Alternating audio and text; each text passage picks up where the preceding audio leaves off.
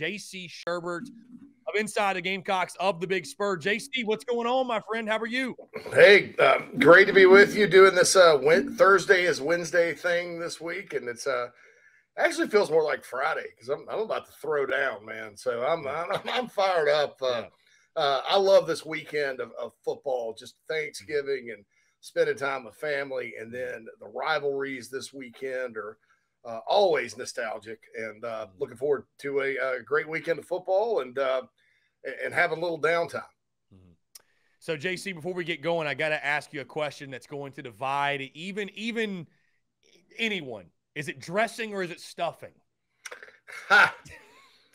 I'm a dressing guy because in the South, I guess it's dressing. And, you know, my fiance is from Chicago. She's originally from Thailand, so she's actually more of a dressing person as well. We don't have her kids for Thanksgiving tomorrow, so we're not doing a turkey, so we're doing Cornish game hens, and that requires stuffing. So I'm kind of like I'm a dressing guy, but I'm gonna go with the stuffing this time around. Okay, fair enough. It's really a conversation that doesn't bother me either way. Like I don't care what you call it, but I like all of it, man. Hey, hot take. I think whether you call it stuffing or dressing, I call it overrated. Personally, I think it's overrated. That's bold. Like there are other items I look forward to much more than the stuffing, the dressing, whatever the hell you want to call it. Either way, let's talk ball though. I mean, JC, we sit here on this Wednesday, man. Shocking results over the weekend. You and I basically pronounced the Gamecocks as dead going into the game, and I mean this football team just stunned everyone. And certainly led by the offense. I mean, you score 63 points, 9 touchdowns. Spencer Rattler throws more touchdowns against Tennessee than he had the entire month of October. But I feel like while we were all shocked, stunned, we felt like this was a group that was capable of what they did. You at least felt like, I'm not surprised that playmaker made that play. I'm not surprised Spencer Rattler made that throw. You kind of felt like they always had it in them, but obviously it all clicked on Saturday night. Just what you saw, man, from what was a magical night at Williams-Brice Stadium. Well, I've said all year I thought the offense had talent and good skill talent and enough playmakers to have a good offense. You know, I've my gripes with the offense have been operational, I guess, in nature. And I've made that known. And, you know, I think what they did was they cleaned it up. You know, Spencer Rattler said it, limited the personnel groupings. They didn't substitute as much. They operated at a brisker tempo, although they didn't go too fast because Carolina had a 17-minute time of possession advantage in the game. I think you can go too fast sometimes when you play a team like Tennessee, and it kind of plays in their hands. But they didn't. There was nothing really like sluggish, I guess, about the operational aspects of the offense. And then Spencer Rattler was just on fire. I mean, he showed why everybody's been high on him, and he was one of the top quarterback recruits in the country. He seemed comfortable from the get-go. The very first pass of the game to Kenyon was beautiful. I mean, my gosh, you know, right there, and threw it to where only he could get it. And he was just in the zone, and the rest of the players fed off that. Juice Wells had a monster game. You know, Josh Vann catches a long touchdown. You know, Jalen Brooks had another bunch of big. Amarian Brown had a big run on a reverse. Juju McDowell caught it. I mean, everybody, you name it, they got their playmakers involved. And I think that's, you know, how this offense needs to operate moving forward, and probably how it should have been done all year. You can't go back and change anything. But moving forward, this last game in the bowl game, you know, I think this is the right approach to take, because I think that, you know, when you shrink things down and you execute what you're good at, and then you use little window dressing, formational stuff, whatever you want to call it, to kind of throw the defense off. I think those are kind of how most of the successful offenses in college football are run, regardless of if you go fast, slower, pro style, spread, whatever you want to call it. I think that, you know, getting good at what you do and then doing it and then throwing the other opponent off with little wrinkles, it was a smart move, and they did that. And the defense, I thought, battled the entire game. 500 yards, 38 points, whatever. I mean, that's just playing Tennessee. Right.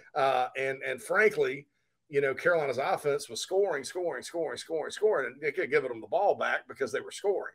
And so Tennessee ran a lot of plays, and it didn't hurt the Gamecocks. They sort of beat Tennessee at their own game. So, and I think, Chris, it's also finally time to start talking maybe about Williams-Brice Stadium at night under Shane Beamer. I mean, this has been, there have been some magical moments. I mean, I don't know, and the light show now is kind of a spectacle unto itself. And they didn't lose a game at home at night this year. And I think there's something to be said for that. I don't know that you start saying this is LSU East, because LSU obviously historically is a different team at night than during the day at home in their stadium. But, I think there's something to be said now for the success that's happened. Under Will Muschamp, if you remember, Carolina actually played better with noon kickoffs and things like that. My theory on that is maybe they're a little tired. Maybe they got too tense thinking about the game all day. I don't really know why that was under Will, but Beamer's kind of reversed that. The Gamecocks are almost like vampires. They don't they tend to play better when the sun goes down. But obviously, all phases of this program were clicking. From the culture to the fans to what's great about Carolina football last Saturday night. It's something that won't be forgotten for a long time. Yeah. It's just crazy, JC. What a different conversation we're having this week versus last. And I mean, you're right, man. Again, being there in that atmosphere, it was something that I'll carry with me forever. And it was electric from start to finish. Truly a sellout. I know some people had doubted that. Truly a sellout. That place was packed out, was loud all night. And you mentioned this team being vampires, 7-0 at night. 0-4 on the road. I think I tweeted this. I don't know if it was Saturday or maybe the week prior. I was like, have we ever considered this team as allergic to the sun? I don't know. Maybe that is something. But you mentioned the offense, JC, and what stands out from what you're saying. Like, to me, watching that game on Saturday for the first time this season, we looked fast. Like, we looked really fast. Like, and I think it's just because when you're getting the ball to your playmakers, like a guy like Amarian Brown, like that dude has world-class speed, but you haven't really seen it on display. But we looked fast. We looked free. Like, there wasn't a whole lot of thinking back there, like, especially Spencer Rattler. Like, it didn't feel like he was processing a whole lot, right? It was just get it, boom, let's get it to my playmaker, give him a chance. And fortunately for the Gamecocks, most of the time we were the ones making the play. Yeah, and get it out to your playmakers and go. And make them defend the entire field. And I said that after the Vandy game. I thought Carolina did a good job of making Vandy defend the entire field. I thought Florida was much more condensed and just a mess, as far as some of the tighter formations and the 20 different personnel groups running in and out and stuff like that. And they stripped all that away. And they just said, okay, we're just going to go out here and ball, like Marcus Satterfield said. And, man, I think, like I said, the college offenses these days, operate at their best when they could just go ball. I mean, there's really, some of the better off. I mean, like Josh Heupel's offense at Tennessee, it's nothing complicated. It just looks complicated, right? And so I thought that, going out there, getting in a rhythm, operating at a brisker tempo, not getting bogged down, that type of thing, was really, really important. And then just the momentum. I mean, Tennessee's a momentum team, similar to Clemson, but in a different type of way. They counterpunched, Chris, if you think about it. Carolina marches down the field, gets a touchdown, everybody's excited. Tennessee scores in 3 plays? Oh, yeah. And it was like boom, but then Carolina came back and counterpunched, and then they counterpunched again, and they kept punching and kept swinging. And I think, that's a way to beat a momentum team, is you just never let them really feel comfortable with that momentum.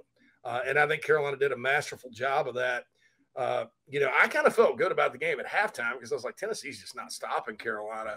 This is not a great Tennessee defense. They've kind of got their number, but really, after it got cut to 35-31, you kind of had some anxious moments, but Carolina marches right back down the field and scores. They counterpunched. And I think that's the way you beat a momentum team like that, is you don't let them ever seize it. And then you establish it. You take the fight to them. And I think Carolina did a great job of that. Yeah, and I just, JC, I know we talked about this morning, but I loved the mentality, that aggressor mentality, that drop your nuts mentality that Cam Smith talked about. And I thought the tone was set, man, on that first drive. 4th and 1, you're going to go for it. You get some illegal snap penalty or something. Then 4th and 6, you don't even budge. You still go for it. You get it. Then you score the It was just like from there, it was obvious to me that Carolina was said, you know what?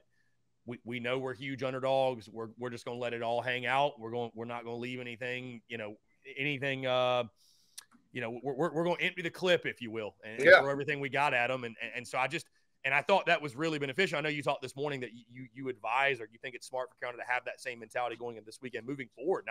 And I just wonder, and I know the question comes back to, why did it take 11 games for that to be incorporated? But I just loved that attacking nature with which the Gamecocks played with on Saturday night. Yeah, and that's Shane Beamer, man. I mean, and I wrote about this last week heading into the Tennessee game.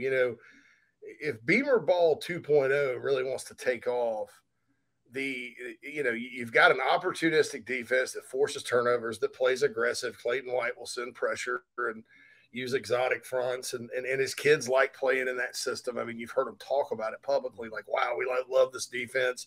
And kind of what he did is it's a lot of the same concepts Muschamp used, but it's more of a college defense. It's easier to learn. And we could talk all day about the Saban defense and how complicated it, whatever. But, then you got limbo with the special teams, and special teams only had to do like one punt, right? I guess they kicked off a bunch, and Mitch Jeter scored 9 points and did not make a field goal, which was weird. But the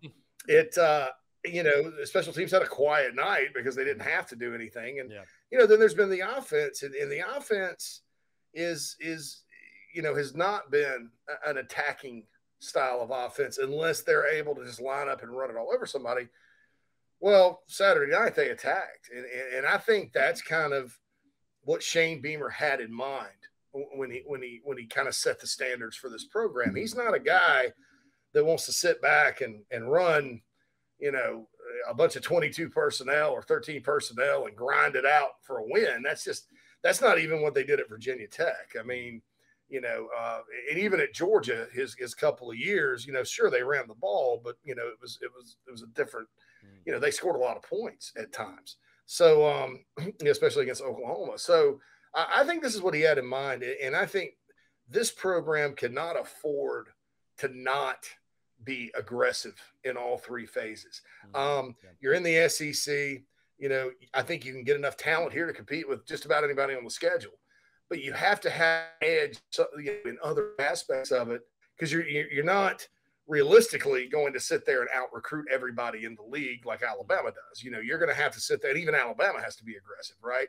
So I think in this league, you have to have some kind of edge.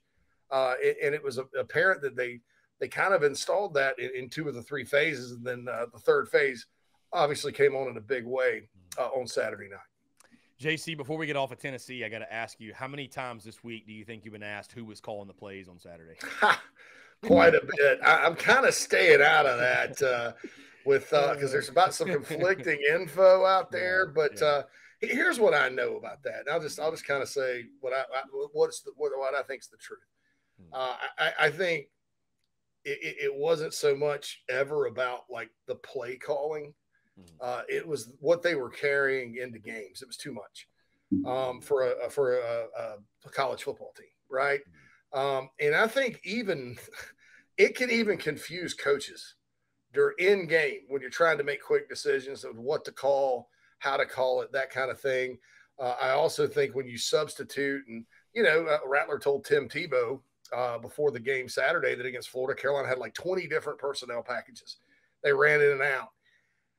I think, quite frankly, in the game today, that gives a gift to opposing defensive coordinators, because they can just sit there and dissect you. And they're used to going against all these offenses that go 90 miles an hour. They're scrambling, and they're like, man, wait a minute. These guys Okay, well, let's match them and sub here and sub there. You can achieve different formations, and you can achieve what you want to achieve with the personnel groupings, Chris. Just with the personnel you've got, Carolina's blessed with versatile guys that can do a lot of different things. And I've been preaching that this year, and they finally did it. They ran many of the same plays over and over, but they would put a little wrinkle here. Sometimes Atkins would be in the backfield. Sometimes he'd be kind of at a wing. Sometimes they'd use motion. Sometimes they wouldn't. But it was the same kind of plays. And good offenses have done that. Steve Spurrier, that's what he did. You'd look out every game and you would think Steve Spurrier drew up 20 new ball plays during the week because it would look different. But if you look at that's kind of the skin. If you look at the guts of the play, it's the same thing. He just, threw sometimes he'd use two tight ends. Sometimes, in the Georgia game in 2012, for example, the pass to Rory Anderson, Busta Anderson, kind of on the, I think it was the first touchdown of the ball game, or maybe the second. Carolina ran that play under Steve Spurrier 25 different times. But sometimes it was a receiver that did it. Sometimes it was a tight end that did it. Sometimes it was this. Sometimes it was that. It was very similar to the pass Garcia threw or the play that Garcia ran when he threw it to Alshon in the Clemson game in 2010. I call it the twirl play because Alshon kind of twirled around and scored or got a big game. But those two plays, if we just looked at them, we'd say that's two different plays, but it's not. It's out of the different formations. And, that's easier on your kids, I think, to learn. I think it's easier for them to go execute. Because they're not falling for the eye candy, the defense is. And I think it makes it harder to stop because, you're running things that you're really good at running, but the other team doesn't necessarily dissect it as easy. So I think those were all keys. And that's what happened. Sack called it, but they stripped it back. And I think that actually made probably him more comfortable, quite frankly, to get in the flow of the game as well. JC, Carolina, Clemson, enough said. This is a huge week, the rivalry matchup. Gamecocks looking to snap an ugly streak. Before we dive into this game, I'll ask you, obviously, again, you've been around this program for quite a long time, been covering them for a while. Your favorite memory or two from the Carolina-Clemson rivalry? Anything specifically for you stand out? I've got a lot, man, because it's been, gosh, I guess, my whole life I've lived this game, but 94 stands out because that was it's Brad Scott's first year. Carolina needed the win to get bowl eligible. I went with my buddy who's like, it's kind of crazy. I grew up in the upstate, but really don't, and this isn't intentional. Okay. I didn't set out to do this. It just so happened my entire circle of friends were Carolina people. I was friends with one Clemson guy that ended up going to Clemson and we remain friends to this day, but he loves to rub my nose in it. He sent me a long text after last year's game. I was like, oh my God, man, I hadn't heard from him in months. And, it kind of pissed me off a little bit because I was like, man, I hadn't heard from you in a while. And it wasn't just a nice, we beat you guys again. Ha ha. It was like, you guys are a bunch of losers, blah, blah, blah, blah, blah. And I was like, whoa, whoa, whoa, whoa. But anyway, so we went to the game, we were in high school and we went over there and it was just, managed to score really good tickets in the lower deck. And I was there for the Brandon Bennett throwback and Reggie Richardson takes it down and Carolina just beat the tar out of them 33-7. And so I got to rub it in his nose really good. The push-off game in 2000 has a lot of great memories for me just because I went with a bunch of friends and as disappointing as that loss was and as much as it gripes everybody to this day, I still remember looking over at my friend. It was kind of snowing in the upper deck at Death Valley. I was a student at Carolina at the time, and my buddy was over there, and people were crying and stuff. And he looked up and goes, "That's the best game I've ever seen." And at the time, it probably was. And so we found some joy out of that in the darkness. And then, probably the other one that stands out to me is 2009, just because it was kind of one of those here we go again games when Spiller takes the opening kickoff back after the second time. And I remember that's the first day I heard the Patrick Davis song, Big Old Cock. It's kind of funny. The first time I heard that song, South Carolina goes on a 5-game win streak in the rivalry series. But Eric Norwood was huge in that game. Stephon Gilmore, they used that package. Garcia was really good. Wesley Saunders had a touchdown. Carolina really, they couldn't be stopped. They weren't going to be denied that day. And I think at that point, had Spurrier lost that game, he goes to 1-4 against Clemson, and you're just kind of sitting there going, man, is this thing ever going to take off? That win, I think, despite the Pizza Bowl later that they screwed around in, that win, I think, kind of set the tone for the big run, because it kind of said, well, look, you beat these guys. Steve Spurrier is an excellent coach, and Lattimore comes in, et cetera, et cetera. So those are probably the three that stand out. But I mean, I used to go every year. Hadn't been in, 2015. No, I went in 2017. It hadn't been since 2017, but I used to, if I'm within driving distance or whatever, I usually make a point to go, just because I love the rivalry. It's what I grew up with. And, certainly, a lot of memories there, just, all across the board. Well, JC, this is a rivalry that has been full of streaks for sure. And right now, Clemson on a 7-game winning streak, winning the last 7 contests, obviously. And it's unfortunate Shane Beamer, because he's only lost 1, but that is the streak right now. I think, JC, going in this one, we were all flying high, tons of confidence after the Tennessee game. But I think one of the biggest storylines in this one is, we talked over the summer about, this is a big game for Shane Beamer, even in the sense of, and again, I am certainly not sitting here preaching any sort of moral victories. I'm not doing that. But when you're able to kind of take a step back, JC, wouldn't you agree? I mean, at minimum, it's really important for this South Carolina program to return some sense of competitiveness back to the rivalry. I mean, the games have not even been remotely close, right? And last year, I mean, a lot of folks are picking the Gamecocks to win. Sort of similar situation. We're riding high after Auburn, and you don't just get beat. You get beat 30-0. So, I mean, just talk about that, because, again, I look at this, and obviously it'd be huge to win this game, but at minimum, I think South Carolina has got to use this as the start of getting some competitiveness back into this rivalry. Absolutely. I mean, it's basically since 2015, it's been competitive for like one half. And that was, of course, the 56-35 game where, I think Carolina knew that night they were undermanned on defense quite a bit, and that they were going to have to score every play to stay in it. And daggone it, or every drive, not every play, that would be dumb, every drive. And they almost did. I mean, Jake, they misfired on a couple passes in the red zone on 4th down, but they were close, and or it would have been a touchdown game in the 4th quarter. But other than that, though, I feel like I've watched the same game over and over. 2017, 2016, Carolina had no chance against that team, because a bunch of freshmen out there, Muschamp's first year.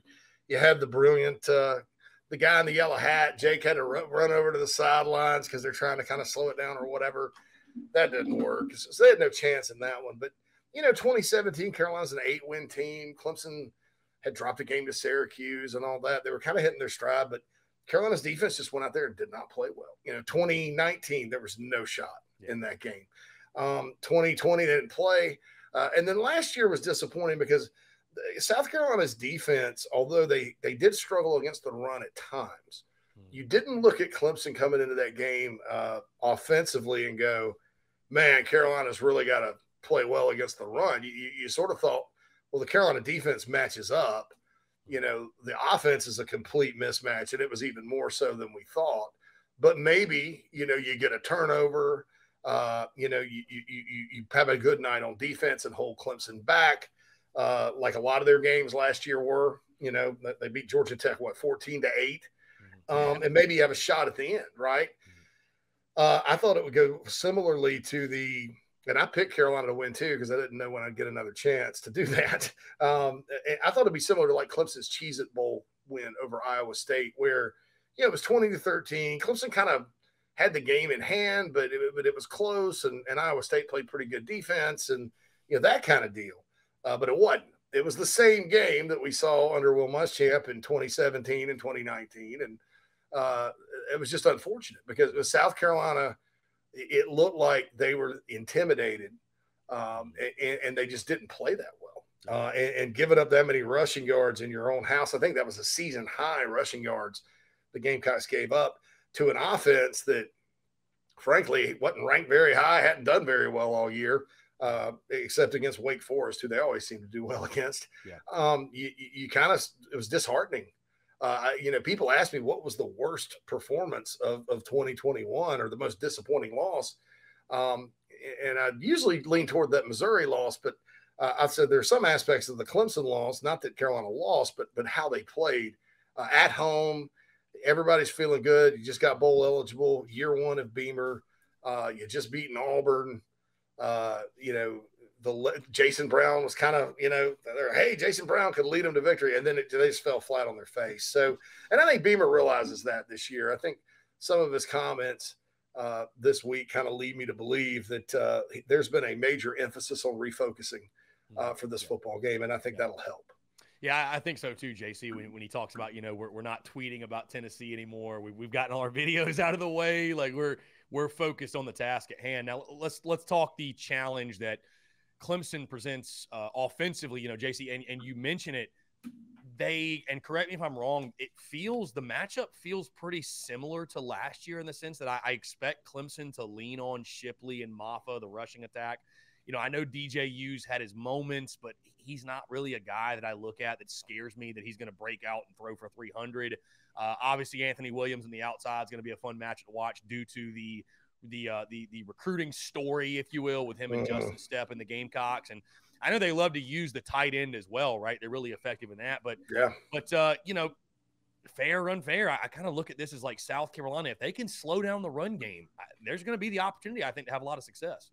I mean, yeah, DJ threw for 99 yards last year. Cam Smith picked him off. They took a shot early, and that didn't pan out too well for the Tigers. But Clemson's evolved through the years, and one of the things, take the rivalry out of it that I admire Dabo for doing is how he's built it is. They used to be kind of this team that, before they got on the national scene, they could outscore you. They could put up points, struggled with better defenses, weren't all that great on defense themselves, but they built toward it, right? And then you had the Deshaun Watson and Trevor Lawrence years where they would just they were really good on both sides, right? And they could outscore you. They could, shut you out. I mean, there are a lot of ugly games, a lot of blowouts there. But, when he doesn't have a Trevor Lawrence or Deshaun Watson, what they do a really good job of is they kind of get you in a death grip because they're a defensive-minded, run-oriented football team that kind of knows how to win, but they do enough other stuff to where you have to kind of take note of it. And, they're like Tennessee in the sense they are a momentum team as well. If you look at the game they lost this year to Notre Dame, they never got the momentum. Notre Dame had it from start to finish. If you look at the Syracuse game, man, Syracuse had momentum 3/4 of that game, and Clemson just, boom, turns it on and comes back. They're both sides of the ball for them complement each other so well, and they feed off of each other.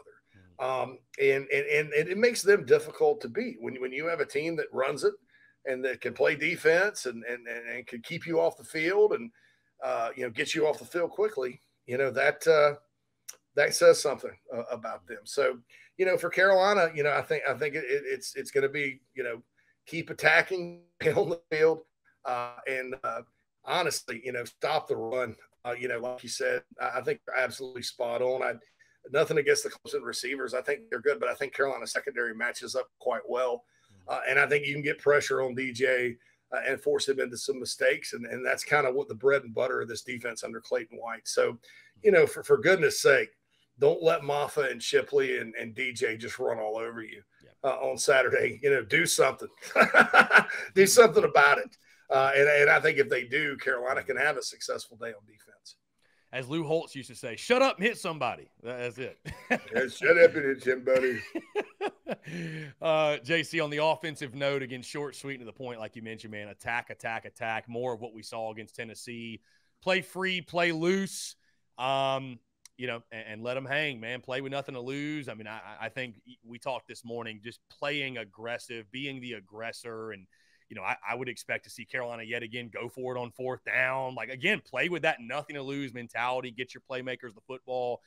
Don't ask Spencer Rattler to think a whole lot. Not saying that, he's a very intelligent quarterback, but let him just go play, right? You can do all the thinking in practice this week. Once you hit that field, hey, it's time to let your talent shine. The front seven for Clemson is obviously elite, but what do you see from their secondary, and where do you see matchups where Carolina can exploit them? They miss Andrew Booth a little bit off last year's team back there. I think they're talented. They've recruited well. They've got players. I think they got very active safeties. Their linebackers are almost scary. I mean, Trenton Simpson and they just moved him to the Sam, I think is what it's called. It's some kind of inside position instead of outside. And that's paid off pretty well for him. They can all run. They'll hit you, that kind of thing. It's not just their line, it's their linebackers as well. But, if this defense at Clemson, which has been good for a long time, if they do have kind of a bugaboo, the Notre Dame game this year notwithstanding, that shot probably has a top 5 offensive line, in the country. With the Notre Dame game notwithstanding, they're susceptible to giving up big plays in the pass game, just like Tennessee. It's a lot bigger challenge to kind of back them off, but because they are so good. But they, I've never seen a team, again, with the exception of Notre Dame, they only threw it 17 times, but they were 60-mile-an-hour winds, et cetera, and the Leprechauns and all that, right? I haven't seen a team very often just line up and run it all over the Tigers. That you have to have a passing game to keep them honest, to back 104 them off. Rush yards per game they're allowing, so they've been good. Yeah, they've been good against. So they're not. You're realistically, if you can get to 125 rushing yards, I think against these guys, you've had a good day. They're susceptible though to and quite frankly, as talented as I think their secondary is, and I do think they got some good players back there. South Carolina's receivers are pretty daggum talented as well. So I think, you got talent on talent, may the best man win. And, with Rattler throwing the ball, if he's still on, I kind of like the Gamecocks' chances there. And maybe this is a week, JC, where Beamer ball shows itself. That would be a great week to get it. It'd be a great week to get it, just like back in 2010 when you got it. And some other games. JC, I'll ask you this too. Do you feel like weather could play a factor in this game? I'm seeing a lot of comments from our folks. It looks like there's chance of showers. Does that impact your thinking on this game? And I guess that leads me into, I know it's a day early, but are you ready to make a prediction? Or even if you're not, you're feeling on the game going into it? I'll give you one game a year, Chris. I just don't pick it. Like we have this thing on 24/7 Sports called Crystal Ball. There's one recruit a year. I'm not going to even bother with it. I'm superstitious like that. But that's just one thing, so I do say scenarios. I think South Carolina, if they come out and have the same plan of attack against Clemson and Tennessee and they lose, you're not going to hear me say anything bad about the offensive play call and coordinator or anything. That just means, hey, you live by the sword, die by the sword. And I can take that a whole lot better than reverting back to what we saw, against Missouri or whoever. I think if South Carolina can get the pass game going, mix it up, make them defend the entire field, stay balanced, stay resilient, because Clemson's going to make big plays and you just counter punch like you did. It could be a fourth quarter game. South Carolina can win. You just never know. Clemson's a hard team to sort of figure out because and this is not their fault. This is something Carolina fans pick on Clemson people about all the time. It's not their fault who they play, right? They have to play who they have to play. They're I'm sure that when all that stuff was happening with the Big Ten over the summer or whatever, I'm sure if the Big Ten or SEC and they were legally able to do so, Clemson would probably join another league. It's not their fault. But, dude, they have not played Notre Dame's the best team they've played, and that's not the best Notre Dame team ever. No, it's by 21. I mean, some of these teams like NC State and Syracuse and all that, they've been ranked this year. Louisville is in the top 25 for some reason, but it's a function of the ACC schedule. Those two teams, Louisville would not last a week in the SEC. I mean, and so Clemson, it's, that's a factor you think about as well. you're like, this Carolina may very well be the best team Clemson's faced. So, that's a factor. You mentioned the rain. I think it favors the passing games of both teams. And I'm borrowing from Steve Spurrier here because he would always say, well, shoot, the rain, that's fine because we know where our guys are going and the defensive backs don't.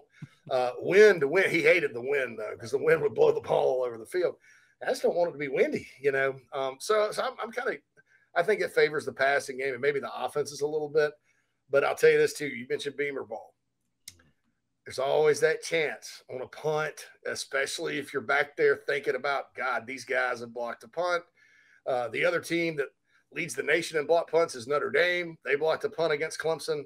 They're sitting there thinking about it. And when the ball's wet and it's sloppy, you can have some things go askew. So I think it favors the Beamer ball aspect of the Gamecocks if it does rain hard as well. So I think that's a scenario. I think the other scenario is if the defense does not get better against the run and stop it, and Shipley goes off and Moffitt goes off and you can't stop DJ and the offense doesn't go very far. It could be a long day. It could be another long day, and we may watch the same game we've watched the last 7-8 years. So those are the two scenarios I have for the ball game. But let's just say that I'm anticipating a competitive football game Saturday. JC, I appreciate you being gracious with your time, my friend. It's always a pleasure to chat with you. Last thing I promise before I get you out of here, the win over Tennessee, that game being on ESPN, nationally televised, sold-out crowd. What can you tell us about the recruiting impact of that ball game? Because I'm sure it was massive.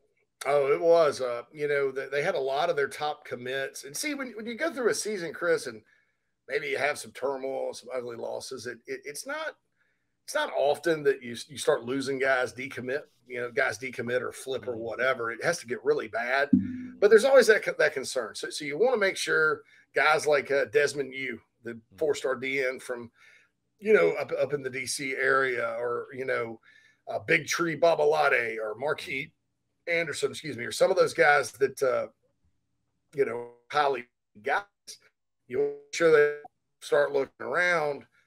So they had them in. It was a big weekend, had all of them in. They all had a great time. And they had a plan for if things got out of hand. You kind of take them up to the zone and feed them. And, hey, don't look at the game. Look here, But, most of them went on the field. Some of them went in the locker room after the game. They all had a blast. It could not have gone any better for recruiting in terms of who's there. But also you think about that primetime ESPN spot. You think about Kirk Herbstreit and Chris Fowler. You think about the blimp and the aerial shots and the rock concert style. I mean, dude, it's like I was just looking at a picture of the stadium or watching a video of the post game, and it was almost like Sandstorm was still like reverberating in the stadium, and they weren't even playing it. And I was like, wow, that's just weird and trippy, and I kind of dig it, right? But the kids saw that and they see that and they're like, man, this would probably be a cool place to play. And I'm sure that offensive skill players that have been interested in South Carolina that maybe have been less than impressed and thinking, if I go there, I'm going to catch 20 balls. Luckily, maybe they saw kind of, what the plan is moving forward. And schematically and all that stuff that goes into recruiting decisions for skill talent. Maybe they saw that, hey, this can be a fun place to go play offensive football. JC Shurburtt, inside the Gamecocks, the Vicksburg. JC, again, thank you so much for being flexible with your schedule. So happy we were able to get you on this week with Thanksgiving tomorrow. And happy Thanksgiving, my friend, to you and yours. And excited for what the weekend holds for us, my friend. Appreciate you. We'll do it again next week, my man. Absolutely, Chris. Happy Thanksgiving to you and all your audience out there. And hopefully we're talking about a victory and where they're going to go bowling next week.